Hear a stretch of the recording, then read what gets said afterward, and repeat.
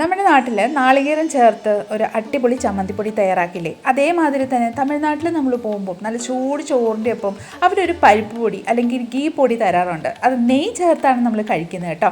അപ്പോൾ ആ ഒരു പൊടിയാണ് നമ്മളിന്ന് തയ്യാറാക്കുന്നത്. അപ്പോൾ തീർച്ചയായിട്ടും ഈ ഒരു റെസിപ്പി നിങ്ങൾക്ക് എല്ലാവർക്കും ഇഷ്ടപ്പെടുന്നതായിരിക്കും. സോ റെസിപ്പി എല്ലാവരും സ്കിപ്പ് ചെയ്യാതെ കാണണം കേട്ടോ. അപ്പോൾ വേഗം പായോ നമുക്ക് ഈ ഒരു അടിപൊളി പരിപ്പ് പൊടി അല്ലെങ്കിൽ ഗീ പൊടി എങ്ങനെ തയ്യാറാക്കുന്നത് നോക്കിയിട്ട് വരാം. Hey guys, it's me Soumya. Welcome to Isha spicy tasty world. അപ്പോൾ നമ്മുടെ ഈ ഒരു ചമ്മന്തിപ്പൊടി, അതായത് നമ്മുടെ ഈ ഒരു പരിപ്പ് പൊടിയോ അല്ലെങ്കിൽ ഗീ പൊടി തയ്യാറാക്കാനായിട്ട് ഞാനൊരു കടായി അടുപ്പത്ത് വെച്ച് കൊടുത്തിട്ടുണ്ട്. ഞാനിവിടെ അയൺ കടായിയാണ് എടുത്തിരിക്കുന്നത്. അതിലോട്ട് നമുക്ക് ആദ്യം ഒരു 1/2 കപ്പ് നമ്മുടെ സാമ്പാർ പരിപ്പ് ചേർത്ത് നന്നായിട്ട് ഒന്ന് മിക്സ് ചെയ്ത് ലോ ഫ്ലെയിമിൽ വെച്ച് തന്നെ നന്നായിട്ട് നല്ലൊരു എറോമയും നല്ലൊരു ലൈറ്റ് ഗോൾഡൻ ഷെയ്ഡ് ആവുന്നിടം വരെ നമുക്ക് ഒന്ന് റോസ്റ്റ് ചെയ്തെടുക്കാം.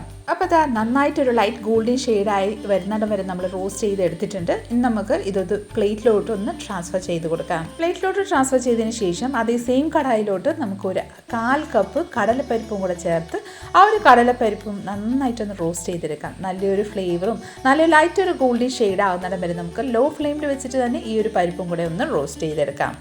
അപ്പോൾ ഇതാ നോക്കിക്കോളൂ, നമ്മുടെ കടലപ്പരിപ്പും കൂടെ ഇവിടെ നന്നായിട്ടൊന്ന് റോസ്റ്റായി വന്നിട്ടുണ്ട്. ഇതാ നോക്കിക്കോളൂ, നമുക്ക് ക്ലോസപ്പ് ആയിട്ട് ഞാൻ നിങ്ങൾക്ക് കാണിച്ചു തരാം. നല്ല ഗോൾഡൻ ഷെയ്ഡായി വന്നിട്ടുണ്ട് കേട്ടോ.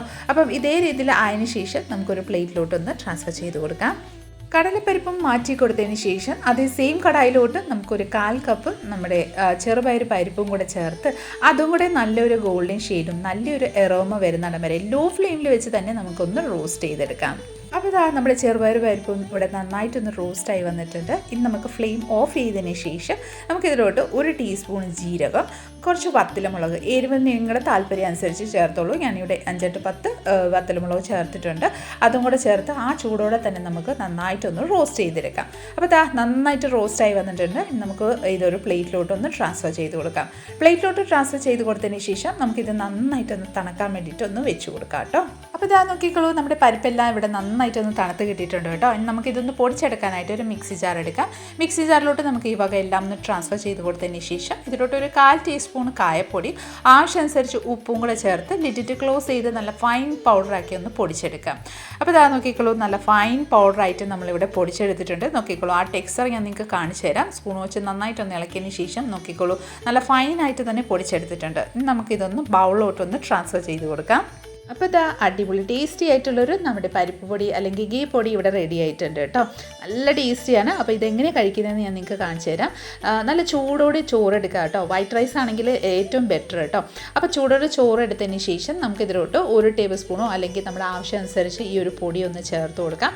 പൊടി ചേർത്ത് കൊടുത്തതിന് ശേഷം നമുക്കിതിലോട്ട് നെയ്യൊന്ന് ചേർത്ത് കൊടുക്കാം. മേലേക്കൂടെ നെയ്യൊന്ന് ചേർത്ത് കൊടുത്തതിന് ശേഷം നല്ല ചൂടോടെ മിക്സ് ചെയ്ത് കഴിക്കുമ്പോൾ അതിൻ്റെ ആ ഒരു ടേസ്റ്റ് പ്രത്യേക ഒരു ടേസ്റ്റാണ് കേട്ടോ. ഒരു തവണ ട്രൈ ചെയ്ത് നോക്കിക്കോളൂ, നിങ്ങൾക്ക് എല്ലാവർക്കും ഇഷ്ടപ്പെടുന്നതായിരിക്കും.